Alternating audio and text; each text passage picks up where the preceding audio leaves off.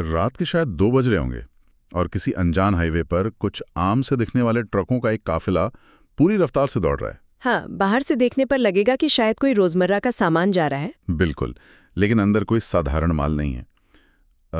उन बक्सों में करीब 23 लाख छात्रों का भविष्य बंद है। मतलब 2026 के इस दौर में जब करोड़ों रुपए का लेन देन फोन की स्क्रीन पर बस अंगूठा लगाकर हो जाता है, तब देश की सबसे बड़ी और सबसे महत्वपूर्ण मेडिकल प्रवेश परीक्षा नीट यूजी आज भी कागज के बंडलों में ट्रकों के पीछे सफर कर रही है। जी, ये एक बहुत बड़ा विरोधाभास है। हाँ, तो आज इस मुद्दे को थोड़ा गहराई से समझते हैं।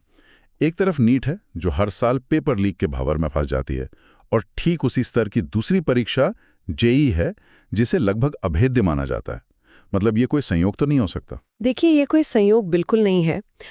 अगर हम इस पूरे ढांचे को देखें तो ये बात शीशे की तरह साफ हो जाती है कि ये गड़बड़ी किसी एक भ्रष्ट अधिकारी या चंद लालची लोगों के गिरोह तक सीमित नहीं है। ये उस पूरे डिलीवरी फॉर्मेट की ही खामी है जिस पर यह परीक्षा टिकी हुई है।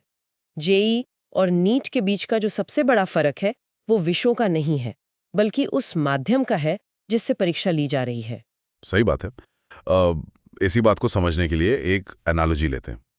नीट को एक भौतिक खजाने की तरह मान लीजिए।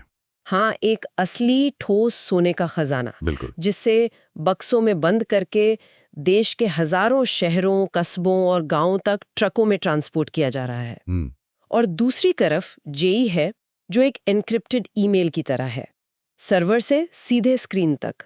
अब कोई भी इंसान समझ सकता है कि अगर आप खजाने को हजारों किलोमीटर सड़क के रास्ते घुमाएंगे तो डकैती का खतरा तो रहेगा ही। यहाँ सबसे दिलचस्प बात यह है कि इस डकैती या लीक के लिए किसी को पूरी व्यवस्था हैक करने की जरूरत ही नहीं होती। अच्छा जी। जब कोई परीक्षा पेन एंड पेपर मोड में होती है, यानी पूरी तरह से ऑफलाइन, तो उसमें जन्म से ही अनगिनत पॉइंट्स ऑफ वल्नरेबिलिटी या खतरे के बिंदु पैदा हो जाते हैं। तो जरा इस प्रक्रिया को स्टेप बाय स्टेप समझते हैं कि आखिर ये कागज वाला फॉर्मेट इतना असुरक्षित क्यों है। इसकी शुरुआत कहाँ से होती है? शुरुआत होती है प्रश्न पत्र सेट होने से। इसके बाद वो एक सीक्रेट प्रिंटिंग प्रेस में छपने जाता है। वहाँ कितने ही कर्मचारी हैं जो उन पेपर्स की छपाई, कटिंग और पैकिंग में लगे हैं। अब मान लीजिए कि प्रेस सुरक्षित है, फिर उन लाखों सीलबंद पेपर्स को ट्रांसपोर्ट कंपनी को सौंपा जाता है, ट्रकों में। बिल्कुल। अब वे बक्से ट्रकों और गाड़ियों में लदकर हजारों किलोमीटर्स का सफर तय करते हैं। रास्ते में ड्राइवर हैं, गार्ड्स हैं, रुकने के ठिकाने हैं। उसके बाद ये बक्से जिलों के ट्रेजरी या बैंकों के स्ट्रांग रूम में रखे जाते हैं। बाप रे। और अंत में परीक्षा की सुबह इन्हें वहां से निकालकर छोटे छोटे स्कूलों और परीक्षा केंद्रों तक पहुंचाया जाता है। मतलब इस पूरी चेन में इतने सारे इंसानी हाथ शामिल हैं कि सुरक्षा को सुनिश्चित करना लगभग नामुमकिन है। हर एक स्टॉप, हर एक गाड़ी, हर एक इंसान जो इस चेन का हिस्सा है वो संभावित रूप से सुरक्षा में एक सींध है। सही कहा आपने। अगर स्ट्रांग रूम का ताला थोड़ी देर के लिए खोल दिया जाए या ट्रांसपोर्ट के दौरान किसी बक्से की सील से थोड़ी छेड़छाड़ कर दी जाए तो पूरा पेपर बाहर आ जाता है। यही इसका सबसे बड़ा सच है। और इसके ठीक विपरीत जब हम जेईई को देखते हैं तो वहां ट्रकों का ये काफिला होता ही नहीं है। हाँ, क्योंकि वो डिजिटल है। जी, जेईई एक कंप्यूटर बेस्ड टेस्ट है। वहां कोई छपा हुआ प्रश्न पत्र नहीं है जिसे कोई चुरा सके। सिस्टम में एक ब्लूप्रिंट होता है, एक बहुत बड़ा क्वेश्चन बैंक होता है और एल्गोरिदम हर शिफ्ट के लिए सवाल चुनता है। परीक्षा शुरू होने से ठीक कुछ मिनट पहले पूरे देश के सभी अधिकृत कंप्यूटर स्क्रीन्स पर वह पेपर डिजिटली डिक्रिप्ट होता है। मतलब कोई ट्रांसपोर्टेशन नहीं, कोई स्ट्रांग रूम नहीं, भौतिक चोरी का जोखिम वहीं खत्म हो गया। लेकिन यहाँ एक बहुत बड़ा तार्किक सवाल उठता है। क्या? अगर जेईई जैसी इतनी बड़ी परीक्षा बिना किसी भौतिक झंझट के पूरी तरह डिजिटल रूप में हो सकती है, तो नीट को अभी तक ट्रकों और कागजों के भरोसे क्यों छोड़ा गया है? आज के दौर में इसे रातों रात डिजिटल क्यों नहीं कर दिया जाता? देखिए, बाहर से देखने पर यह समाधान बहुत सीधा लगता है कि बस इसे डिजिटल कर दो। हाँ, लगता तो है। लेकिन यहाँ हमें इंफ्रास्ट्रक्चर की एक बहुत ही कड़वी सच्चाई को समझना होगा। ये सिर्फ इच्छा शक्ति की कमी का मामला नहीं है, बल्कि लॉजिस्टिक्स और स्केल का ऐसा पहाड़ है जिसे रातों रात पार करना संभव नहीं है। स्केल मतलब नंबर्स का खेल है। जी, दोनों परीक्षाओं में बैठने वाले छात्रों की संख्या पर गौर करना जरूरी है। हाँ, स्केल की बात करें तो दोनों में जमीन आसमान का फर्क है। जहां जेईई में कुल मिलाकर करीब 14 लाख छात्र बैठते हैं, वहीं नीट यूजी में यह आंकड़ा 23 लाख को पार कर जाता है। 23 लाख उम्मीदवार, और वो भी एक ही दिन में। और यहीं पर नेशनल टेस्टिंग एजेंसी यानी एनटीए का मौजूदा इंफ्रास्ट्रक्चर हाफने लगता है। देश में सुरक्षित, प्रमाणित और हाई टेक कंप्यूटर सेंटर्स की भारी कमी है। अच्छा। आज की तारीख में एनटीए की अधिकतम क्षमता एक बार में या एक शिफ्ट में सिर्फ 1.5 लाख छात्रों का कंप्यूटर बेस्ड एग्जाम कराने की है। रुकिए, ये गणित तो बहुत ही डरावना है। कुल 23 लाख छात्र हैं और सिस्टम की क्षमता सिर्फ 1.5 लाख की है। बिल्कुल। इसका मतलब है कि अगर नीट को पूरी तरह से डिजिटल या कंप्यूटर बेस्ड करना हो तो ये एक दिन या एक शिफ्ट में तो किसी कीमत पर नहीं हो सकता। किसी भी हाल में नहीं हो सकता। अगर हम 23 लाख को 1.5 लाख से भाग दें तो कम से कम 15 से 16 शिफ्ट्स करानी पड़ेंगी। ओहो। और इतनी शिफ्ट्स का मतलब है कि परीक्षा कई हफ्तों तक चलेगी। ये तो कुछ वैसा ही हुआ कि हम किसी महानगर की पूरी आबादी को एक ही दिन में एक क्रिकेट स्टेडियम में बैठाने की जिद कर रहे हो। हमारे पास वो डिजिटल स्टेडियम ही नहीं है जहां 23 लाख बच्चे एक साथ बैठ सकें। सही उदाहरण दिया आपने। इस रफ्तार से तो जो छात्र पहले दिन एग्जाम देगा वो तब तक डॉक्टर बन चुका होगा जब तक आखिरी बैच का एग्जाम खत्म होगा। ये मजाक लग सकता है, लेकिन स्थिति इससे भी ज्यादा जटिल है।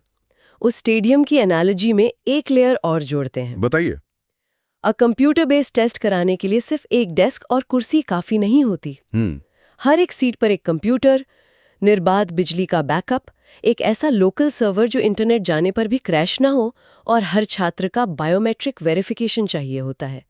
आप किसी भी आम स्कूल या पंचायत भवन को रातों रात कंप्यूटर सेंटर में नहीं बदल सकते। तो मतलब इसीलिए ये सिस्टम अभी भी उसी पुराने पेन एंड पेपर तरीके पर टिका है, जहां एक कमरे में 30 बेंच डालकर छपे हुए पेपर बांटना सबसे आसान काम है। जी बिल्कुल, आसान है। ठीक है। लॉजिस्टिक्स की ये मजबूरी समझ में आती है। 30 लाख कंप्यूटर रातों रात पैदा नहीं किए जा सकते, लेकिन मान लेते हैं कि हम इसे 15 शिफ्ट्स में ही कराते हैं। अच्छा। हाँ, 2-3 हफ्तों तक परीक्षा चलने देते हैं, जैसे कुछ अन्य परीक्षाएं होती भी हैं। कम से कम इससे वो ट्रकों और कागज वाला जो पेपर लीक का जोखिम है वो तो हमेशा के लिए खत्म हो जाएगा। 15 शिफ्ट्स में आखिर परेशानी क्या है? यहीं से चर्चा उस बिंदु की तरफ मुड़ती है जो इस पूरी व्यवस्था का सबसे बड़ा सिरदर्द है, और वो है नॉर्मलाइजेशन का विरोधाभास। नॉर्मलाइजेशन? जी, जब कोई परीक्षा कई शिफ्ट्स में होती है तो आप हर शिफ्ट में एक ही प्रश्न पत्र नहीं दे सकते, वरना पहले दिन वाले छात्र बाहर आकर बाकी सबको सवाल बता देंगे। हाँ, जाहिर सी बात है। हर शिफ्ट का पेपर अलग सेट करना पड़ेगा। बिल्कुल। और जब 15 अलग-अलग प्रश्न पत्र बनेंगे तो आप चाहे जितनी भी कोशिश कर लें, सभी का कठिनाई स्तर बिल्कुल एक समान नहीं हो सकता। ये तो है। कोई पेपर थोड़ा आसान होगा, कोई थोड़ा कठिन। मानव स्वभाव और सांख्यिकी के कारण ये अंतर आना तय है। अब सवाल ये उठता है कि इन 15 अलग-अलग शिफ्ट के छात्रों के अंकों की तुलना एक ही मेरिट लिस्ट के लिए कैसे की जाए। इसके लिए एक स्टैटिस्टिकल फॉर्मूला इस्तेमाल किया जाता है जिसे नॉर्मलाइजेशन कहते हैं। ये नॉर्मलाइजेशन सुनने में तो एक तार्किक गणितीय समाधान लगता है, फिर इससे इतना खौफ क्यों है? खौफ इसलिए है क्योंकि नॉर्मलाइजेशन कोई जादू की छड़ी नहीं है। ये बस एक औसत निकालने का तरीका है। इसे एक उदाहरण से समझते हैं। हाँ प्लीज। मान लीजिए शिफ्ट ए का पेपर आसान था।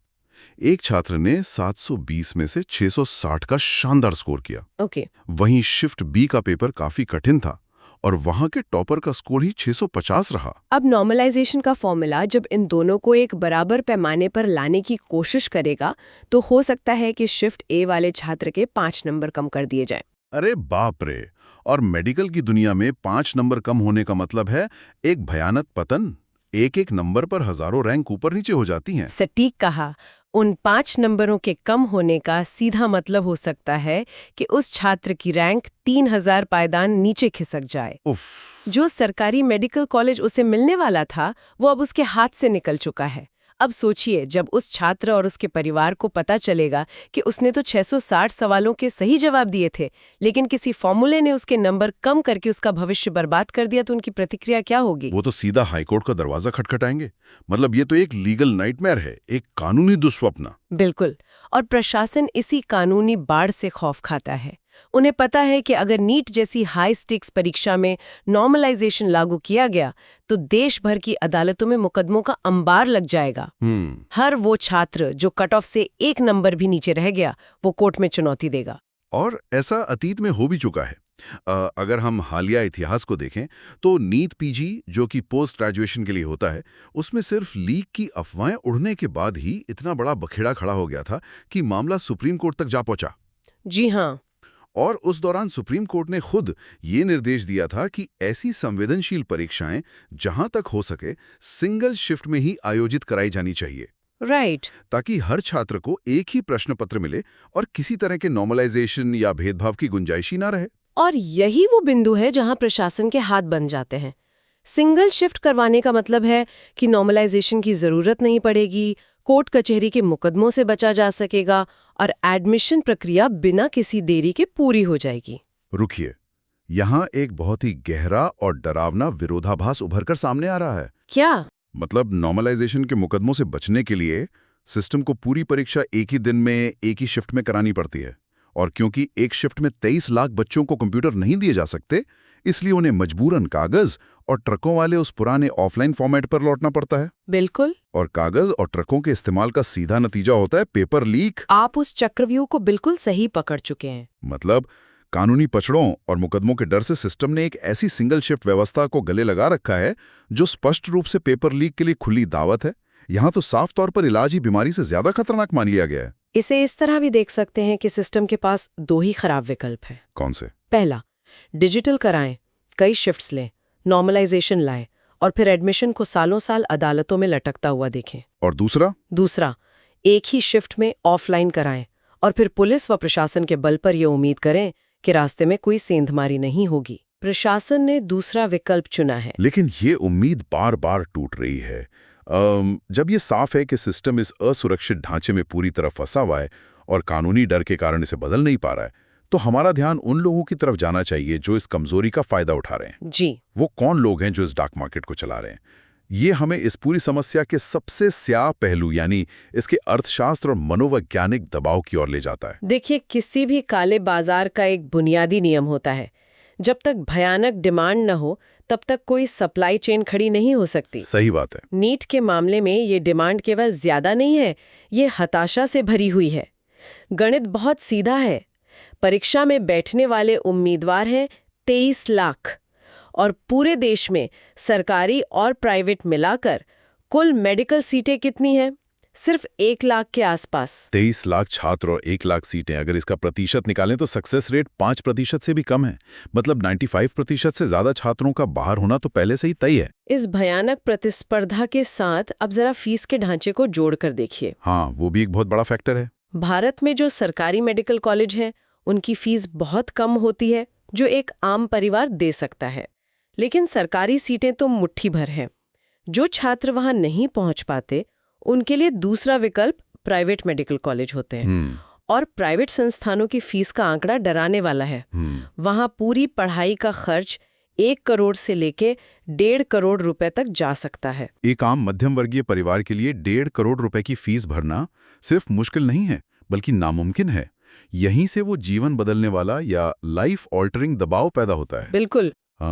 18 साल के एक बच्चे के कंधों पर यह बोझ होता है कि अगर उसने वो सरकारी सीट नहीं निकाली तो उसका डॉक्टर बनने का सपना वहीं खत्म हो जाएगा। और इसी हताशा, इसी बेबसी का फायदा पेपर लीक करने वाला माफिया उठाता है। जब 14.5 करोड़ की प्राइवेट फीस और डॉक्टर बनने के टूटते सपने का डर सामने होता है तो नैतिकता और सही गलत की सीमाएं धुंधली पड़ने लगती हैं। वाकई कुछ लोगों और परिवारों के लिए ये एक अजीब सा कैलकुलेटेड रिस्क बन जाता है। ये पॉइंट बहुत ही गहरा है। मतलब अगर कोई गिरोह 30 या 40 लाख रुपए में लीक हुआ पेपर ऑफर कर रहा है तो कुछ परिवारों को ये प्राइवेट कॉलेज की 14.5 करोड़ की फीस के मुकाबले सस्ता और किफायती विकल्प लगने लगता है। बिल्कुल, इसे एक डार्क इन्वेस्टमेंट की तरह देखा जाने लगा है।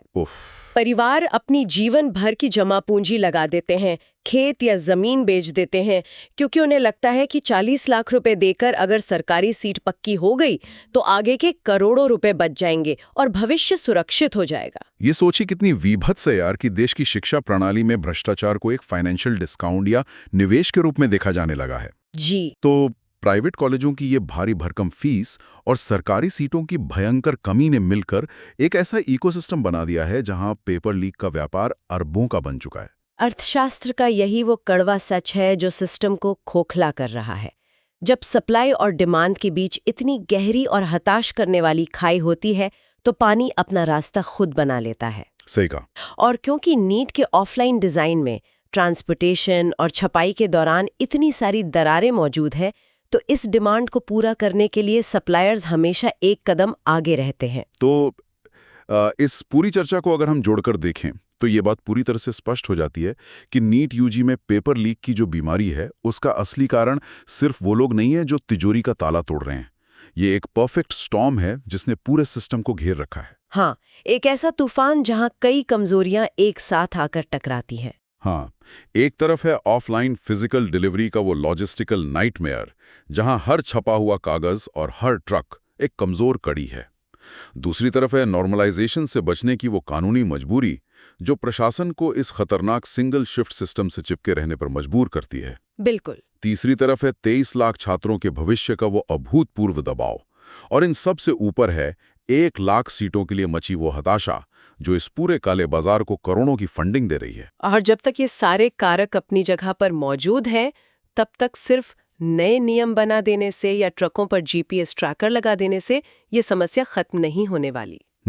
ये वैसा ही है जैसे आप एक ऐसे घर के दरवाजे पर नए और महंगे ताले लगा रहे हों जिसकी दीवारें ही कागज की बनी हैं। ताले बदलने से दीवारें मजबूत नहीं होती। इस पूरी चर्चा ने मुझे एक ऐसे सवाल पर लाकर खड़ा कर दिया है जिस पर हम सबको बहुत गंभीरता से विचार करना चाहिए। जी। हम लगातार इस बात पर बहस कर रहे हैं कि परीक्षा को ऑनलाइन कराएं या ऑफलाइन। हम लॉजिस्टिक्स, कंप्यूटर सेंटर्स और अदालती मुकदमों के डर में उलझे हुए हैं। लेकिन क्या ये संभव है कि असली समाधान इस टेस्टिंग ढांचे से कहीं बहुत आगे की चीज है? अगर ये पूरी गड़बड़ी उस भारी हताशा से पैदा हो रही है जो 23 लाख छात्रों और महज 1 लाख सीटों के बीच की खाई से पनपती है, तो क्या हमें सिर्फ परीक्षा का तरीका बदलने पर बहस करनी चाहिए? ये सोचने वाली बात है। या फिर असली समाधान देश के मेडिकल इंफ्रास्ट्रक्चर को इतना विशाल करने में छिपा है कि ये जानलेवा प्रतिस्पर्धा ही खत्म हो जाए? मतलब सोचिए, अगर मेडिकल की पढ़ाई इतनी दुर्लभ ना हो और प्राइवेट कॉलेजों में ये इतनी महंगी ना हो, तो क्या कोई परिवार उस लीक हुए पेपर के लिए अपनी पूरी जिंदगी की कमाई और अपना ईमान दांव पर लगाएगा? शायद नहीं। तो क्या इस अंतहीन पेपर लीक की असली वजह हमारी परीक्षा प्रणाली की कमजोरी है या फिर हमारी शिक्षा और स्वास्थ्य प्रणाली की भयानक कमी यानी स्कैर्सिटी है? क्या हम एक ऐसे खजाने की सुरक्षा पर करोड़ों खर्च कर रहे हैं जिसे वास्तव में सबके लिए सुलभ कर दिया जाना चाहिए? बहुत ही गहरा सवाल है ये। और इसी विचार के साथ हम आज की इस गहरी चर्चा को यहीं विराम देते हैं। इस जटिल और महत्वपूर्ण मुद्दे के हर पहलू को समझने के लिए हमारे साथ बने रहने के लिए धन्यवाद। फिर एक नए विषय और नए विश्लेषण के साथ जुड़ेंगे।